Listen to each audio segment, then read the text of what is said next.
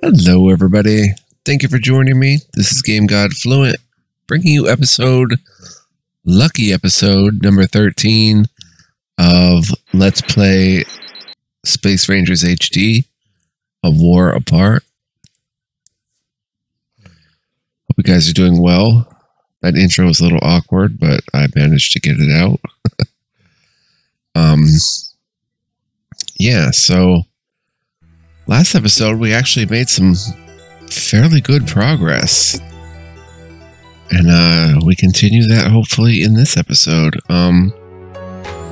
We have this planetary quest. Help Nevitz and Ganik with the secret project. You get the necessary information on location. Let's complete. You leave the ship, squinting your eyes from the bright light of the star Betelgeuse. You look around for the attendants. There's nobody on the airfield. You go to the spaceport building, but nobody's waiting with a sign for Matthew. There are only hundreds of humans, pedlings, and fays dashing about. For some reason, you don't see any Malaks and gals. Deep in thought, you perch yourself at a bar counter. A Malak bartender is lazily wiping glasses and watching the stereo vision located above the counter. There's a hatchball game on. You order a glass of guanava and sink even deeper into thought. You are in danger of failing to accomplish your mission. You have nowhere to go and nothing to do, but you can't get those 8,200 credits out of your mind.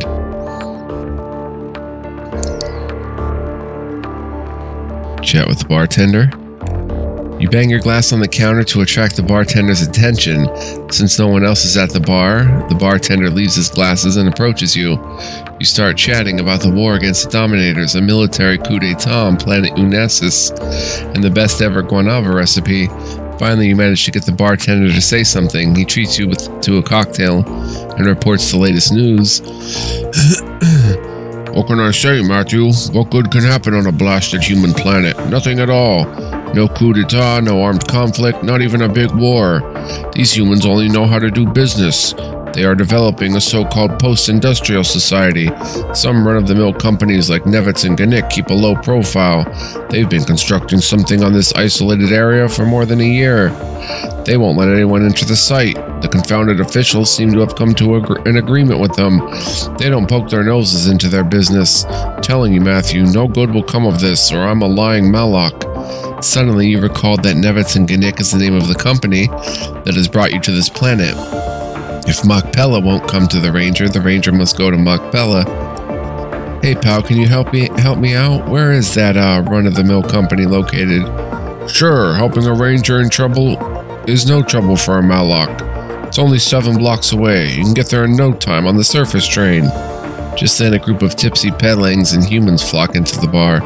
The bartender said, "Well, good luck, pal," and left to wait on the new arrivals. You swallow the rest of your cocktail, hop off the chair, and head for the exit. You are absolutely calm. Go to the specified address. You reach the nearest surface station and take the express train to Nevitz and Ganik's company offices.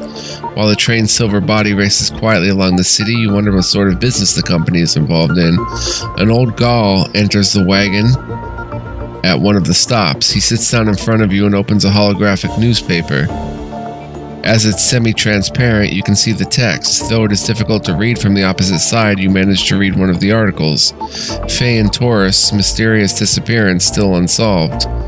The editor recently received information about the disappearance of a small group of 3 Faye and Taurists. According to the missing persons' ID cards, they are residents of Apentak and had come to Unasis to see its ancient architectural sites. The last person to see the Fays was an employee of the hotel where the missing Fays were staying. By his account, the Fays went out for a walk around the city at night, but they didn't return. The planet authorities have launched an official investigation. The ambassador of Apentak has arrived on the planet. He is extremely troubled by the incident. Some witnesses claim to have seen somebody throwing Fame bodies into the river. More details on page 7. The Gaul glances at the article but opens to page 9, which describes a revolutionary new method of self-awareness based on astral communication with your ego. Looking away from the newspaper, you realize that you have already arrived at your destination. Start looking for the company's location. You don't have to search long. There's a holographic banner with the company name fluttering near a majestic old mansion. Built after the manner of the humans of ancient times, the structure is quite impressive, though it is very old and dilapidated. The square windows on its walls, which have turned black with time, seem to watch the passers-by. Together with a part of the roof, they are covered with thick, shriveled ivy. The house looks as if the owner abandoned it long ago. It seems to be dead inside, but it still stands like a silent giant. Just looking at it makes you shiver and fills you with despair. These thoughts are unbecoming of a ranger. You pull yourself together and drive these thoughts away. You try to think through your assignment. The mansion is totally different from anything you would find in the mission of your dreams. It is too lonely and gloomy. Anyway, the mission is still possible. Perhaps you should go inside. You come back to reality and feel somebody watching you. You could almost swear there was somebody watching you from a window on the second floor. After a while, the illusion vanishes. You push aside the creaking door of a monumental but rusty gate and head to the front door. Your path lies through an area that has long been since abandoned and overrun with weeds. A huge tattered raven sits on a stick, protruding from the soil.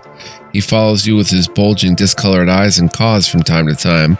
You glance at the sky and discover that dusk is approaching. The star Betelgeuse, half shrouded behind clouds, sinks slowing below the horizon, filling the place with sinister, waning light. Finally, you reach the mansion's doors. Knock. You grasp the massive bronze door knocker that hangs from a rope and start rapping on the door with it. Smash, smash, smash. Everything around you suddenly seems to begin vibrating. It's as if the house is behind a curtain of hot air. Its outlines are drifting and distorted. Regaining consciousness, you find yourself in the very same place. The mansion, just as before, looms gloomily and gigantic. Nothing has changed. You wipe the sweat off your forehead. It was just an illusion. You must have drunk too much guanava. You stand at the mansion's doors. It's getting dark. Betelgeuse, half shrouded behind clouds, sinks slowly below the horizon, filling the place with a sinister waning light. From time to time, the house creaks on the inside and rustles on the outside. Enter. You shrug your shoulders and press the door. You assume that it would swing open slowly with a creak, but it unexpectedly opens easily and quickly. Underestimating your force, you fall forward face first, right into an old dusty carpet. The door slams shut. In a panic, you jump up and pull the door towards yourself. Then you push, but it won't open at all. It's as if it has become a part of the monolithic wall. You sigh sadly and turn away from the door. You look at the furniture in the mansion. You're in a dismal but spacious hall. At a distance, there's two semicircular stairs that lead to the second floor. There are 3 doors on the first floor. There's a pedestal in the middle of the hall, but there's no statue on it. You draw closer and try to read the inscription on the pedestal, but you can't decipher the language. Where will you go? Enter the left door. You approach a thick metal door which looks quite odd among the mansion's ancient furniture. You pull its handle forcefully. The door moves slightly and you can hear a primitive mechanical lock give a resonant crack. You don't notice a keyhole. It doesn't appear that the door can be opened from that side. Okay, enter the middle door. You head into the middle door, stepping cautiously across creaking floorboards. The door is quite plain, made of rough wood without any decorations. It squeaks when you open it to enter the room. The room is very small, 3 meters wide by 3 meters long. There isn't anything especially remarkable about it except for one small detail. A huge semi-transparent bell is suspended in the middle of the room. Its bell's surface, which is either made of glass or silicon plastic, shimmers in the light like a force field. Confused, you stare at the bell. You cannot understand what it is for or how it got there. Its surface seems to produce a faint, almost inaudible buzzing noise. What do you do next? Hit the bell with your fist. You swing your arm and strike the bell's shimmering surface as hard as possible with your fist. Nothing happens. The bell doesn't ring and continues to buzz quietly. Only your fist now hurts. Apparently, you have to hit the ball with something more substantial. The bell. You're in a small room looking... Okay, leave the room. Enter the right door. You approach the right door and pull on it. The door doesn't give. Examining it carefully, you notice a small groove. It might be a slot for some sort of key. Move away, go up the left stairs. You begin to go up the left stairs. After rising a couple of steps, the stairs begin to creak ominously under your feet. There's a loud crash of rotting wood breaking, and then the whole staircase collapses abruptly. Everything is covered with clouds of dust. You fall onto something soft. Debris falls on top of you. When you finally clear your throat of the dust and wipe your watery eyes, you see a big, jagged gap above you. Looking around, you enter a dark vault with no source of light. It is a tunnel with walls of bare earth. You hop off the soft mass you had fallen onto and realize that it was the corpse of a gobsaurus. Its green skin shines dimly in the light passing through the gap. The gobsaurus seemed to be dead, but it must not have been for very long. Its huge corpse does not yet begin to decompose. Shuddering, you slide down from the gobsaurus and run off. You've got to get out. Go forward along the tunnel. You pass through the tunnel holding to the rough earthen wall. The slightly illuminated opening disappears around a curve of the tunnel and you find yourself in total darkness. You'll need to make your way by torch. Fortunately, the passage is straight without any offshoots, so you're in no danger of getting lost. Finally, after wandering in the darkness for 15 minutes, you notice some light. As you draw nearer, you realize the light is coming from a lamp standing in a small room. The room has 2 doors in addition to the passage from which you entered. You were about to pass into the room and choose one of the doors when you got the feeling that there's something moving on the ceiling. Taking a close look, your voice fails you. There's a giant spider hanging from the ceiling. It is not much smaller than an average gravicar. You imagine what would happen if the spider attacked you. You gulp. Something must be done. Okay, attack the spider. You run into the middle of the room and stand motionless. The spider hesitates for a moment, but then descends and approaches you. Apparently, it thinks you're something that is not alive. You have a chance to attack while it waits. Kick with your leg. You kick the spider, trying to make contact with its vulnerable eyes. The spider hardly nips you with its jaws as you strike. It recoils back, hissing terribly. Go on. Enemy's health 74. Kick with your leg. Same. You've got a couple of abrasions. Hit the spider with your fists. Feeling the utter hopelessness of your plan, you swing your arms wildly and strike the spider with your fists. It shakes slightly, but you wail, shaking in injured fists. You are wounded. Kick. Kick. Your body is bedeviled. Kick.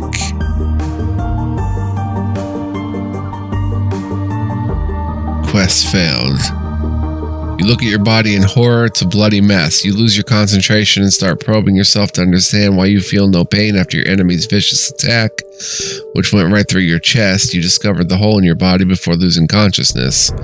Soon you realize that you are beyond the veil. You open your eyes and see an angel leaning over you. After batting your eyes for a while, you realize it's no angel, just an ordinary man. What's happened to me? Am I dead? Not at all. You're in a mental hospital. We picked you up near the new building of Nevitz and Ganik. Have you been taking hallucinogenic drugs? You shake your head and try to organize your thoughts.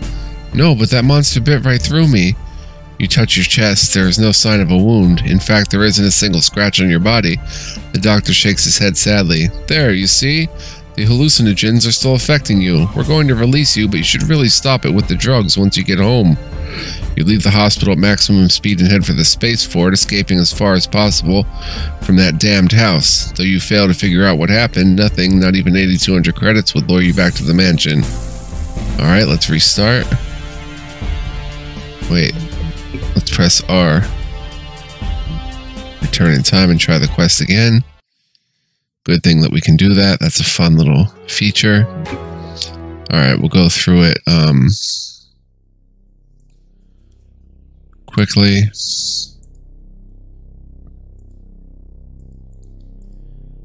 Enter the left door, enter the middle door, right door. Let's go up the stairs on our right. You begin to ascend to the second floor on the stairs to your right. The stairs creak ominously under your feet, but they hold fast. After reaching the second floor, you go into a long empty passage illuminated by primitive wax-based lighting that hangs from the walls. There are 5 different doors in the passage. A half-length portrait that covers the whole wall hangs at the end of the passage, but the portrait doesn't depict any person, just a silhouette. You can barely make out the fact that the wording under the portrait matches what was on the pedestal on the first floor. You're in an empty and dreary passage.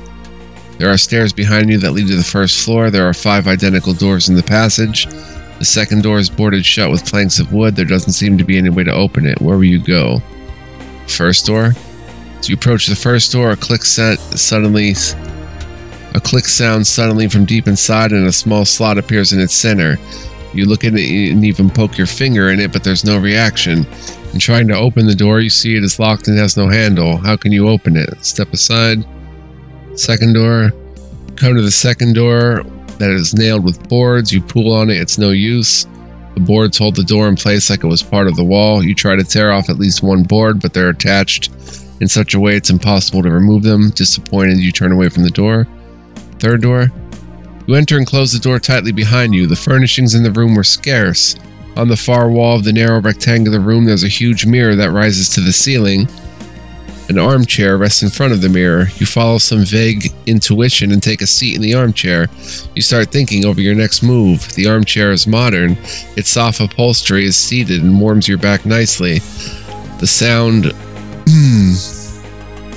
of a crackling fire emanate from speakers built into the chair. You drift into slumber and dream that you're back at home sitting in front of the fireplace and reading the memoirs of the ranger who defeated Machpelah.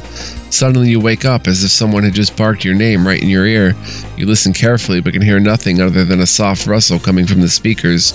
Just then you look at the mirror and see that the door you had closed tightly is now open. Strange, you whip around and look at the door. Everything is just fine. The door isn't open. You almost die of fear right there in the armchair. You try to calm yourself by saying that it's only some optical illusion caused by the light reflecting through the window. After deciding that it is yet another side effect of the shot of Quinava you downed back at the spaceport bar. That seems like such a long time ago. You notice through the mirror that the door keeps opening, but the door in the room is still closed. Suddenly, something white and limp falls onto the carpet through the widening crack in the door. Horrified, you recognize what it is, an arm. Judging by its shape, it could have belonged to a human or a Phaean. You jump from the armchair and start retreating away from the door. The arm isn't doing a thing except clawing the floor with its fingers. You know that arm isn't really there. What do? What if you go toward the door and encounter the owner of the arm?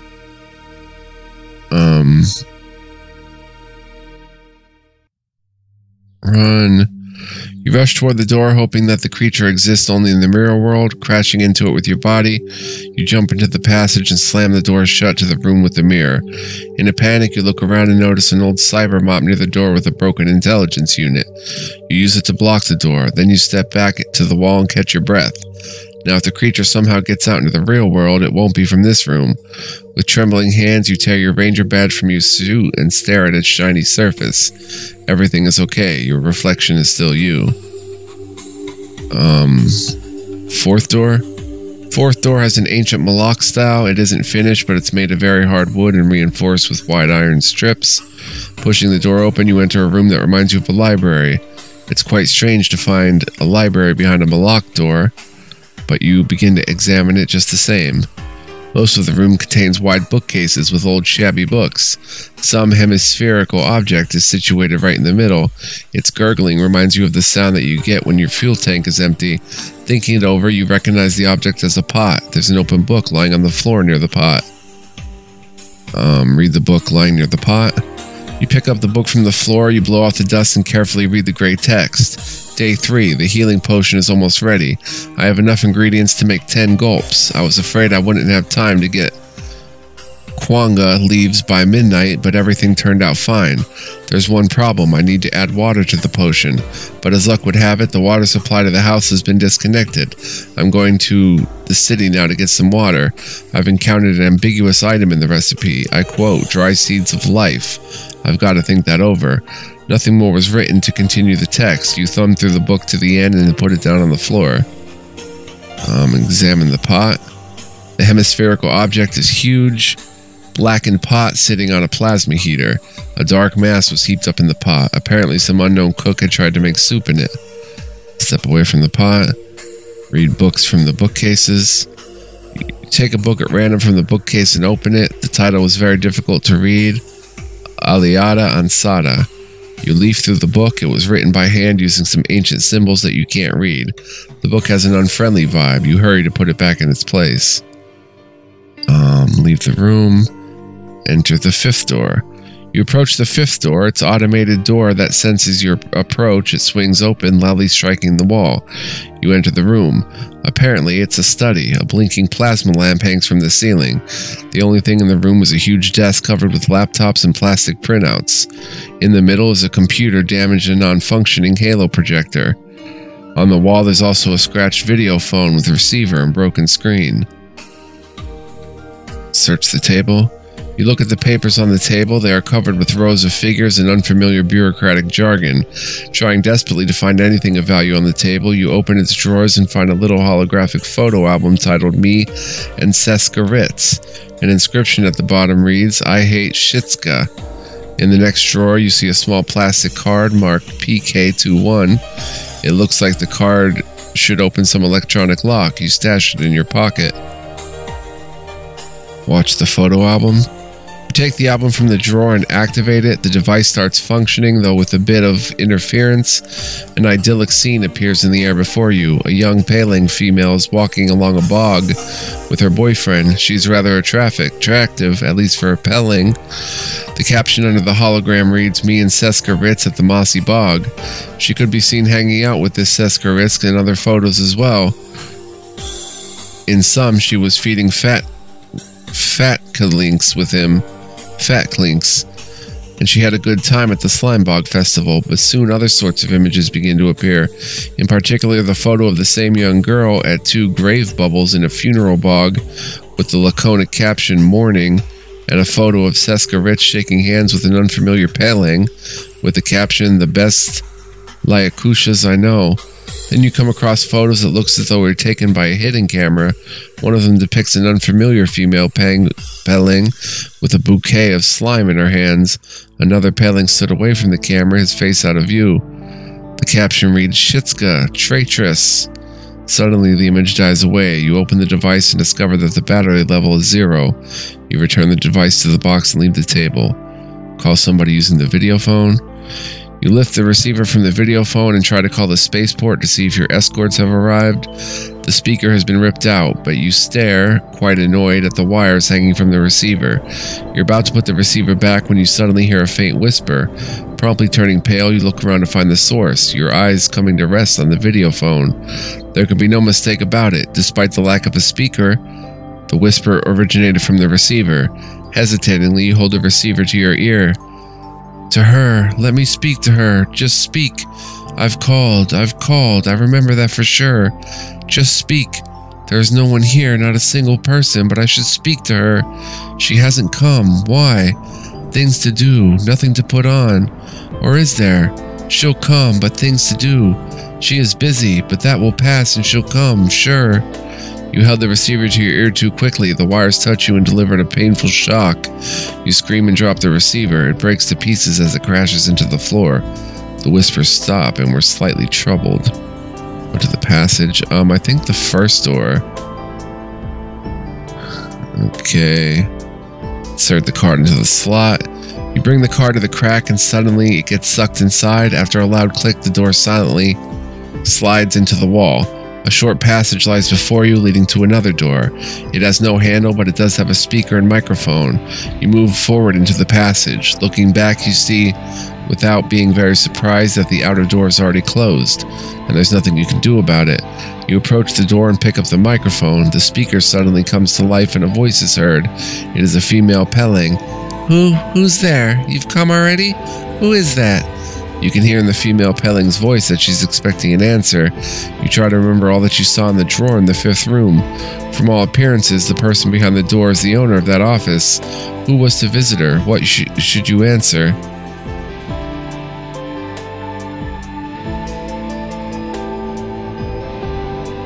That's me, Seska Ritz.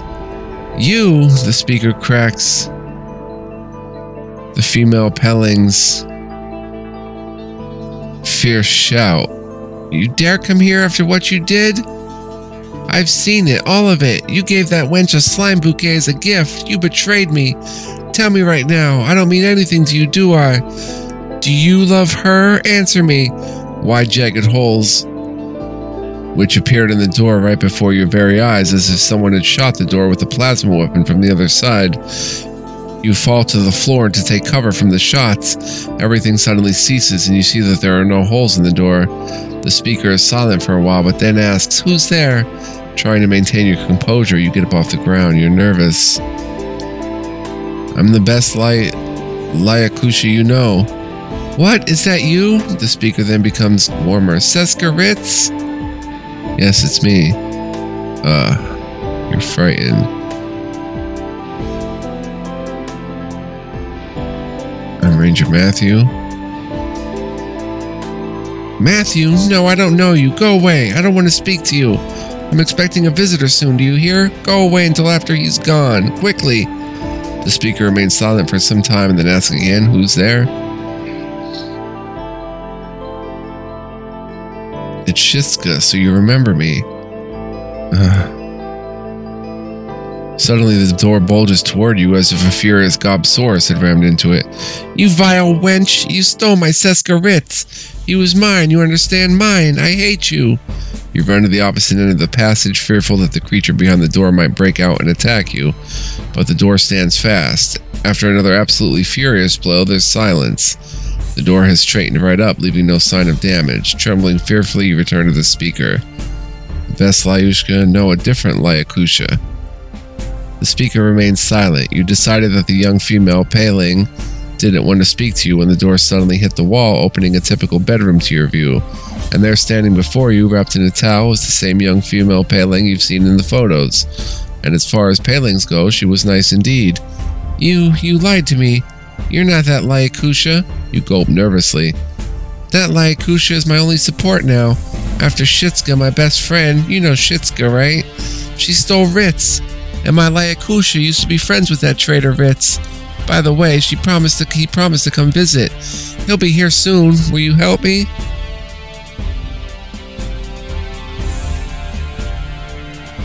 The female Paling looks at you expectantly. Suddenly, you notice the edge of the bed is slightly visible through her body. You better not make her angry. You don't know what she's capable of. "Yes, of course. What am I to do?" "The dress. You know, my dress. It was here, but I've lost it, it seems. I don't remember. It must be somewhere nearby. You'll find it, won't you? I can't come before my Lyakusha like this. I need only my dress, that's all. If I get it, we'll be together. Go, find it. Take this, it will help you." The female Paling throws a magnetic key to you. "It will help you, but it's not that easy. One key isn't enough, yeah?" With these words, she turns away, wandering aimlessly about the room, looking in the closet and under the bed. She's forgotten all about you. Trying not to disturb her again, you go out to the passage. The door closes behind you with a quiet rumble. Second door? Fourth door? Fifth door?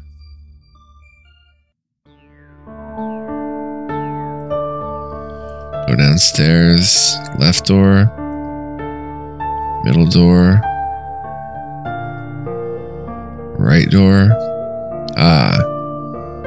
Examining it carefully, you notice a small groove. Might be the slot for some sort of key. Insert the magnetic key into the slot. You insert the magnetic key into the slot, the magnetic locks disengage and the door finally gives way.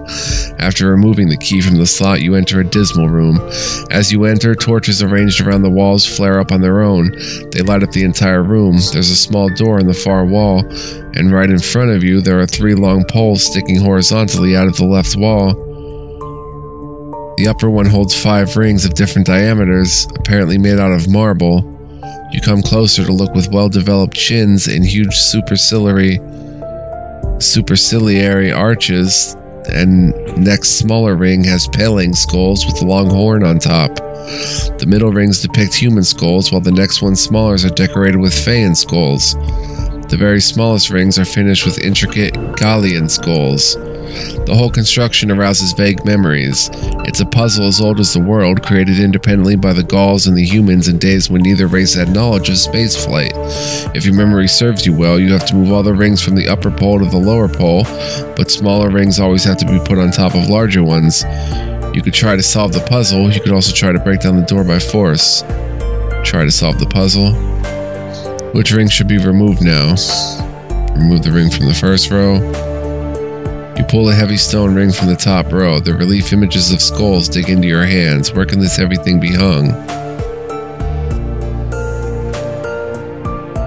I don't understand this at all. Hanging on the second row. Holding the ring at chest level, you bring it to the middle pole and hang it cautiously. Now you should rearrange the other rings. Take the ring from the second row. Hang it on the third row. Remove the ring from the first row. Hang it on the second row. Remove the ring from the third row. Hang it on the first row. I don't know. Remove the ring from the second row. Hang it on the third row. Remove the ring from the first row. Hang it on the third row. In the second row. Remove the ring from the third row. Hang it on the first row. Remove the ring from the third row. Hang it on the second row. I don't know.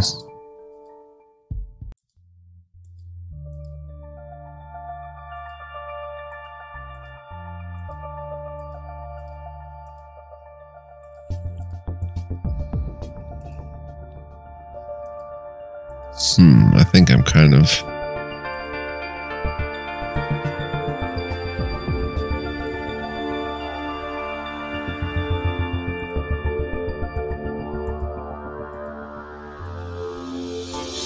making progress. Yeah.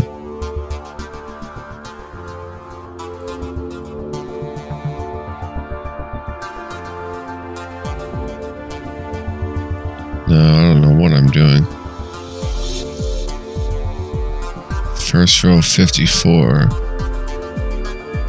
4. Oh, I see. 5 foot. They have to equal the same number. Take a ring from the second row. Put it on the first row. Take a ring from the third row. Put it on the second row. Take a ring from the second row. Put it on the third row. No. Take a ring from the second row. Put it back. Move a ring from the first row. Put it on the third row. Ring from the second row. Put it on the first row. Ah, we might have done it. We have to go 5, 4, 3, 2, 1. The third row. Put it on the second row. Ring from the third row, put it on the first. Ring from the second, put it on the first. Oh, I thought we did it. 5, 4, 3, 2, 1.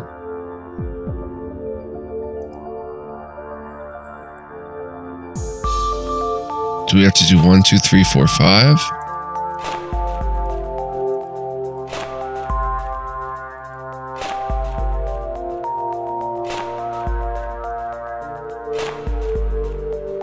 I don't understand.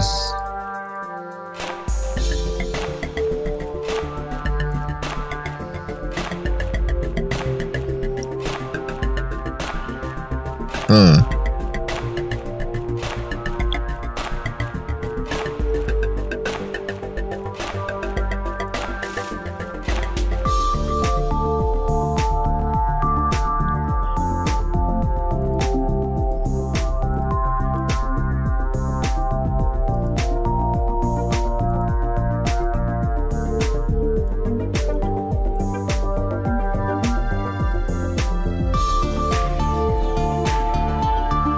Alright, we should be able to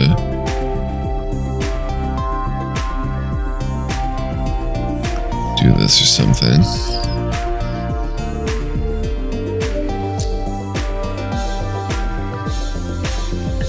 Ring from the first row and the second row. Ring from the second row. No. From the first row. Third row to the first row. The second row to the third row. Ring from the first row to the third row. Put it back. I don't know what we're supposed to get out of this. No, that's not right.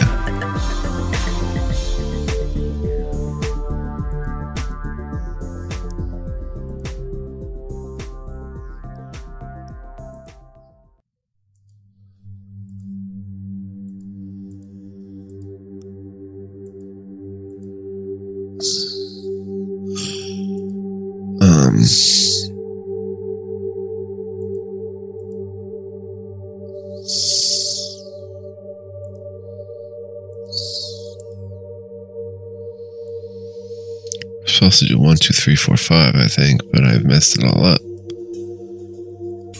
Third row. Second row, put on the third row. First row, put on the second row. Or do we have to get the same number?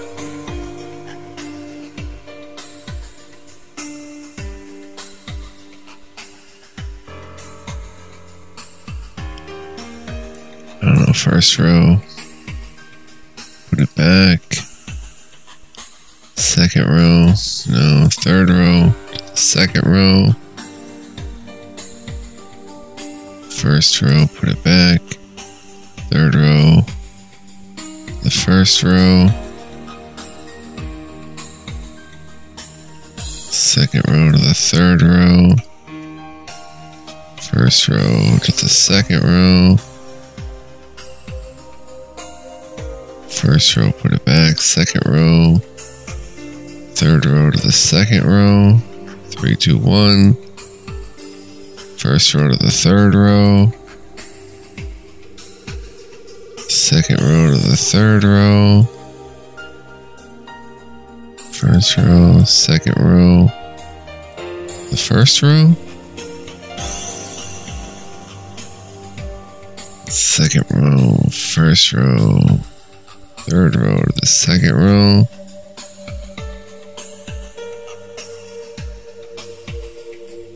First row to the third row.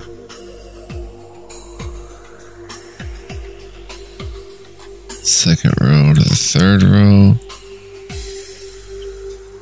First row, second row to the first row. And from the first row, third row.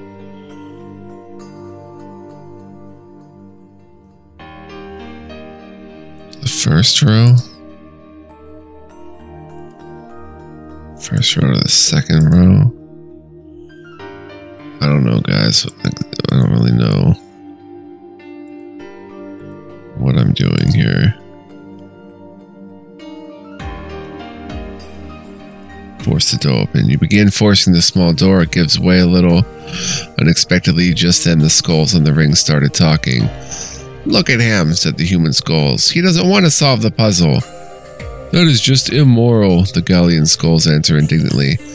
"He's probably just too stupid," says the Phaean skulls. "Or he's too cowardly," growled the Mylock skulls. "People like that turn into snitches," concluded the Pelling skulls. "Shut up," you shout, nearly completely losing your temper. The skulls shut up, the poles fall immediately into the wall together with the rings, and the door swings open by itself. You see a Pelling corpse lying in the opening, but not just any Pelling. It's the same girl whose spirit spoke to you in the first room. The body seems to have been there for ages. It's covered with rotting stains, though it doesn't stink. The worst thing was the corpse was wearing a green four-sleeve dress in perfect condition. This must be the dress the Pelling girl was looking for. How can you get it to her? Take off the dress. Damning yourself and screwing up your face from time to time, you begin taking off the dead Pelling girl's dress. You feel like a total pervert. Nevertheless, the dress is soon in your hands. Trying to avoid looking at the naked Pelling's girl corpse lying on the floor, you come out into the main hall. The magnetic door slams behind you. Suddenly, you discover that you lost the magnetic key back in the poll room. The way there seems forbidden to you from now on. Go up the right stairs. Fifth door. Where was it? Fourth door. First door. Oh, we have an enemy. Oh no. Trying to hold your burden more comfortably, you approach the door. It instantly disappeared into the wall. The Pelling girl is standing in the open, wrapped up in a towel and semi-transparent just as before.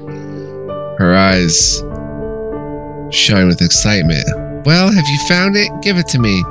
You reach out to offer her the dress. She grabs it at once and presses it to herself, but she's not pleased. She approaches you and looks you in your eyes. It's like someone is breathing on you with all the coldness of a graveyard. You, hisses the paling girl. You took this dress off of me? Are you insane? You'll pay for that. You try to raise some objection, but you have no time. The dress is suddenly on the paling girl, but she's transforming. Narrow greenish claws grow from all 16 fingers. Her pupils contract into vertical slits, and a hollow roar, quite uncommon among palings, is coming from her throat. You move back to the door, unsurprised to find it closed. The creature facing you no longer bears any similarity to a paling. It moves slightly toward you, intending to pierce you with its greenish claws. There's nothing else to do. You must accept the fight. Alright, kick it. Kick the creature. It shakes slightly and attacks you with a couple of clawed hands, but misses. Kick it. Misses. Kick it. Misses. Kick it. Misses.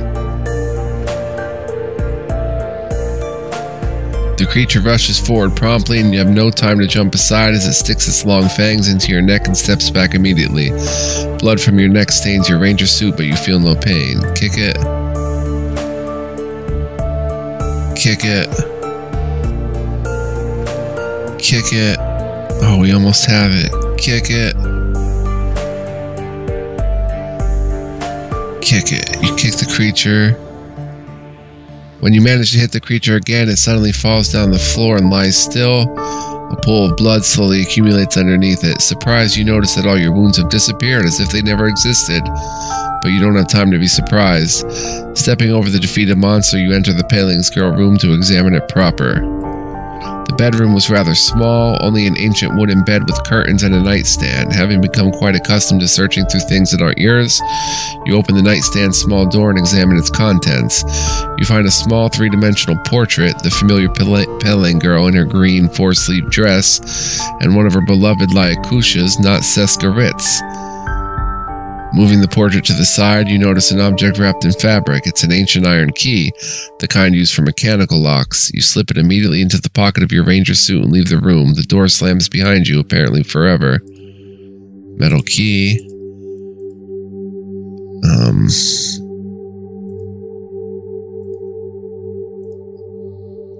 The left door. Middle door. Right door.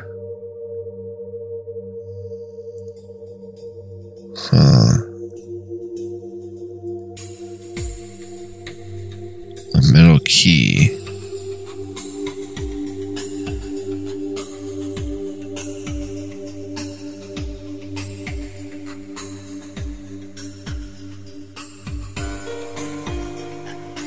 Oh, read more books. Empty book. Panic now. I don't know where to go.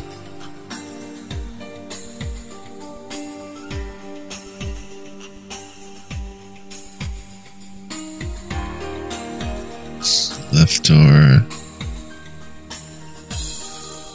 Right door. Up the left stairs. Go forward along the tunnel. We have to attack the spider. You are okay. You got a couple of abrasions. Might be okay. Come on, come on. No, come on. Dang.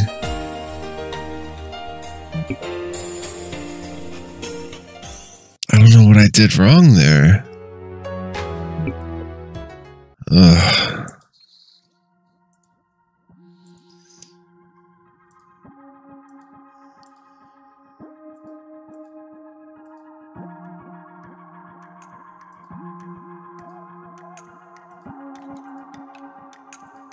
I don't know what I did wrong.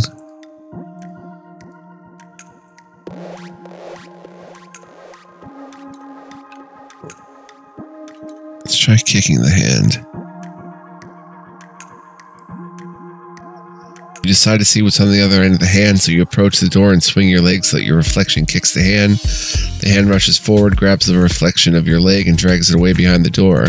You stand there with your leg raised, numb with horror. Not trusting your own eyes, you approach the mirror and touch it with your hand. You have no reflection. Just then, the mirror door swings open again and the hand is back in front of you along with its owner. It is neither fey nor human. In fact, it can't really be attributed to any race at all. The one thing that is clear is it's dead. It's wearing a cape of tattered, coarse fabric.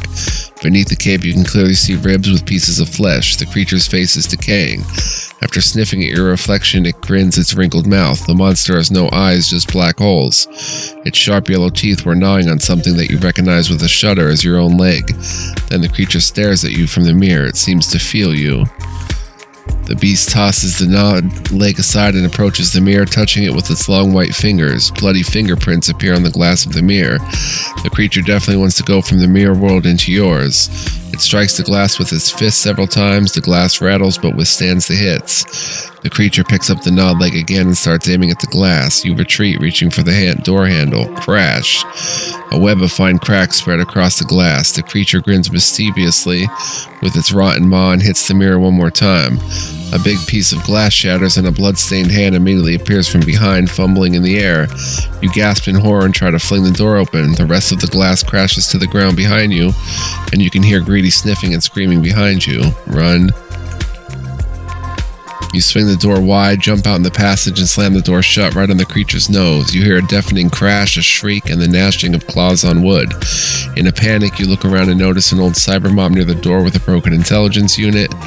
You use it to block the door, then you step back to the wall and catch your breath. The creature claws at the door for a while, but then falls silent. Trying to catch your breath, you curse the employees of Nevitz and Ganik with the most offensive words. You've lost your reflection because of their horrifying task. Fourth door. Okay, examine the pot.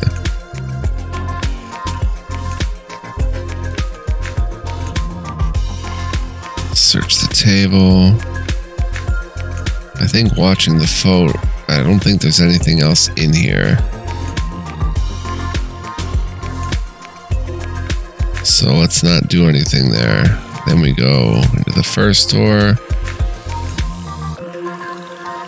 On the Lyakusha. Different Lyakusha. Okay, magnetic key, go downstairs. Left door.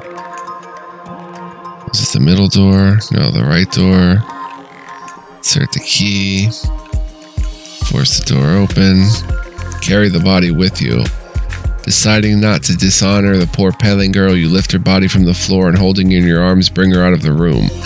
The Paling girl turns out to be unexpectedly light. It's easy to get to the main hall. The magnetic door slams behind you. Only how you discover that you lost the magnetic key in the pole room. The way seems forbidden to you from now.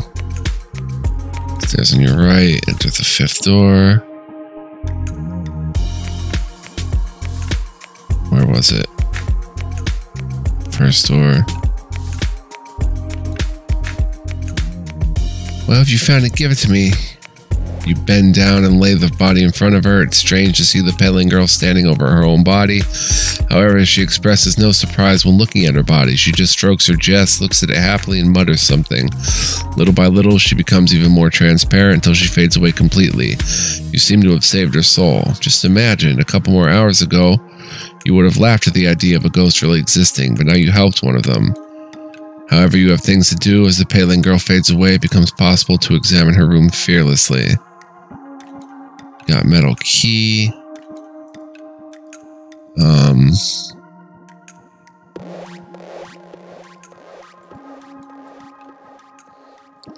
That's gonna make us panicked. Yeah, we shouldn't have done that.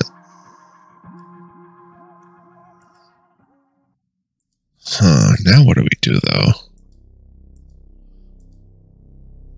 We must have to go up the left stairs and hit the spider with our fists.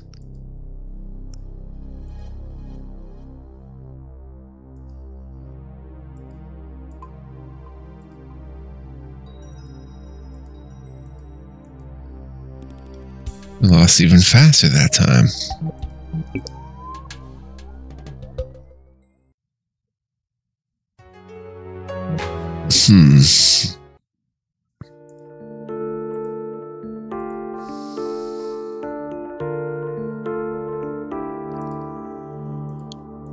Alright, we'll do this, guys.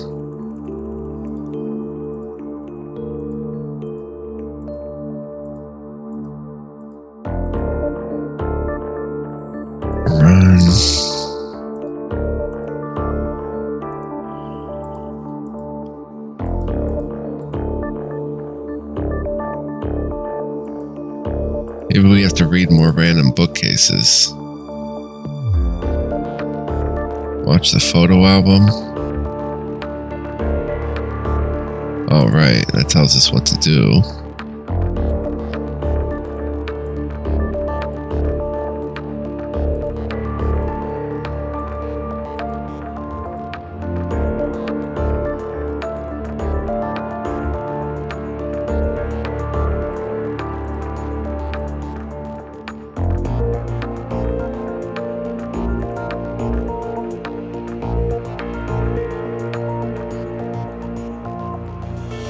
Alright, now we got the metal key.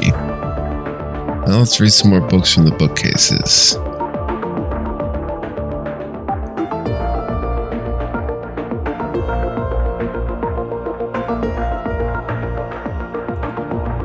They're just not saying anything.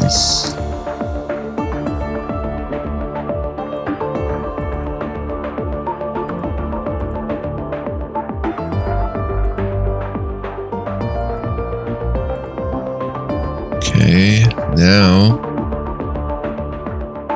we have no choice but to go up the left stairs, attack the spider, kick it.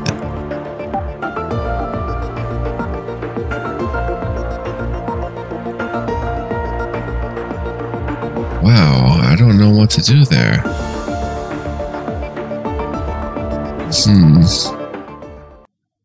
We seem to be at a standstill. I might have to look up the answer and bring it to you guys next time, because we're 51 minutes in. So I'm going to save here and say thank you for joining me. It was rather lucky, episode 13. We got pretty far. Just going to have to see how to complete this. Maybe it's the right combination of kicks and punches. But hope to see you guys next time. Thank you for watching. We'll pick this up next time. Hope you enjoyed, and I hope you're enjoying the LP, the return to the LP. I'm having a blast. It's a lot of fun. Hope you guys are too. Much love, peace, and joy. Catch you guys next time. Thank you so much for watching, and catch you later with more. Bye-bye.